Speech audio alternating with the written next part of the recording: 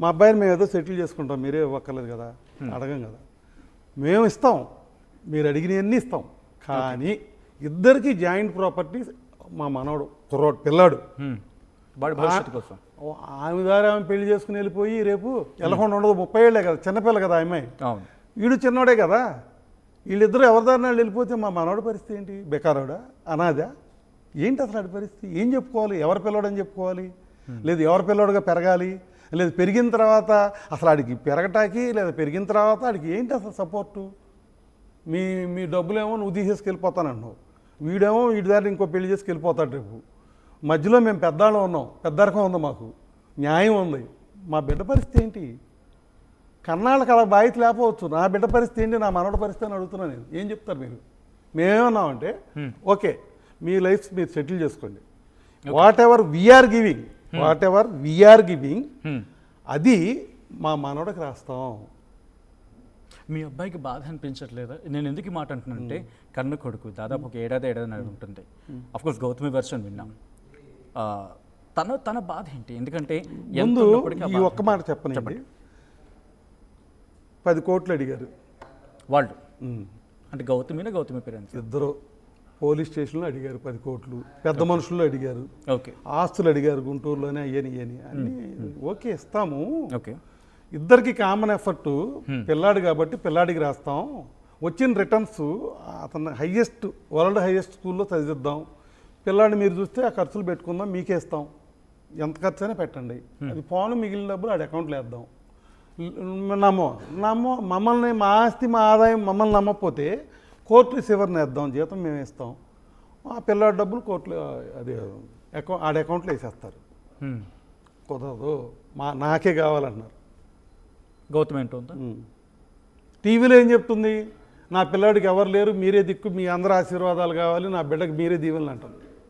But ఏదో ఒక 50 లక్షలు మహేష్ దగ్గర ఉంది అంటూ కూడా ఒక మాట ఏదో అంటుంది సార్. మహేష్ దగ్గర 50, చిన్న ఫిగర్ 50 గురించి చెప్తారేంటి సార్? పెద్ద ఇస్తుంటే ఓకే అంటే ఆ అంశాన్ని ఎందుకు లేవనెత్తుంది అనేది నా పాయింట్. కోట్లు మీరు సార్ ఇవేమంటదంటే రెస్టారెంట్ అతనే పెట్టాడు, అతనే ఖర్చు పెట్టుకున్నాడు, అతనే చేశాడు. ఈ బ్రాంచ్లన్నీ మేమే డెవలప్ చేసామంటున్నారు. అది ఇద్దరిది అబద్ధమే. ఇద్దరిది అబద్ధమే. అది మీకు విషయం తెలుసా?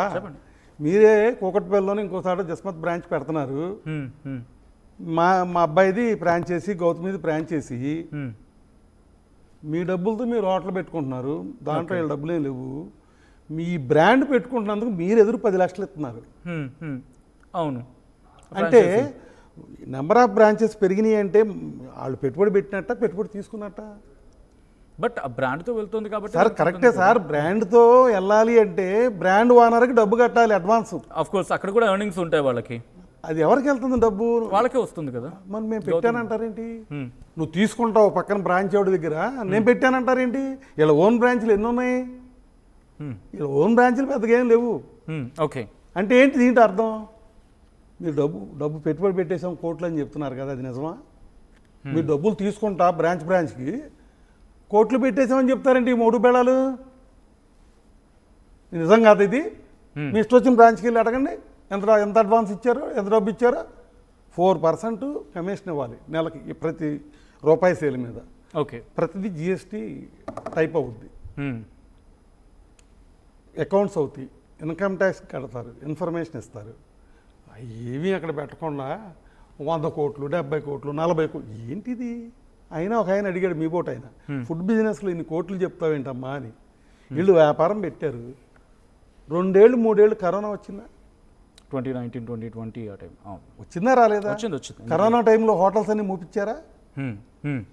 అంటే ఖర్చు అవుద్దా, ఆదాయం వస్తుందా, ఆదాయం పోద్దా? ఆగుతుంది కదా కదా. మరి చెప్పరేంటి? తర్వాత హోటల్ పెట్టారు వీళ్ళే ఓన్గా అనుకుందాం. బ్రేక్ ఈవెన్ అంటే ఆ పెట్టుబడి రావటానికి కొన్ని సంవత్సరాలు పడద్దా? ఎందుకు మరి అది చెప్పరేంటి? అసలు బిజినెస్ అంటే ఏమి పిచ్చోళ్ళ చెప్పినట్టు చెప్పేస్తున్నారు ఈ మాటలో. అసలు డెప్త్ ఏది నువ్వు మాట్లాడే మాటల్లో? మీరు అంటూ ఉంటే నాకు ఇక్కడ షాకింగ్ అనిపిస్తుంది. అంటే బిజినెస్ మీద కరెక్ట్గా అవగాహన లేని ఇద్దరు మరి ఎలా లేచింది బిజినెస్ ఇప్పుడు? అఫ్ కోర్స్ కాస్త ఆ వైబ్రెన్స్ వీళ్ళిద్దరు లేనప్పుడే అది సూపర్ సక్సెస్ అయిందని చెప్పా. పెళ్లికి ముందే. ఓకే. లేకపోతే బ్రాంచ్ లెటర్ పెట్టారు, అప్పు లెటర్ తీర్చాడు మా అబ్బాయి నువ్వు పెళ్ళి అవ్వకముందే. సో సక్సెస్ అయ్యింది, ఇన్కమ్ వస్తుంది.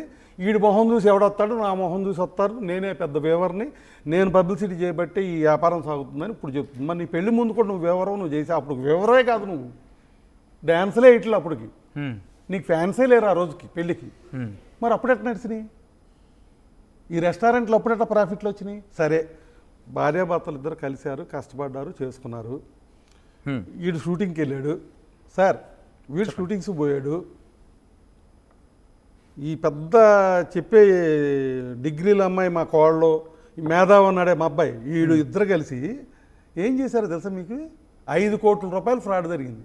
5 కోట్లు పోయినాయి వీళ్ళవి.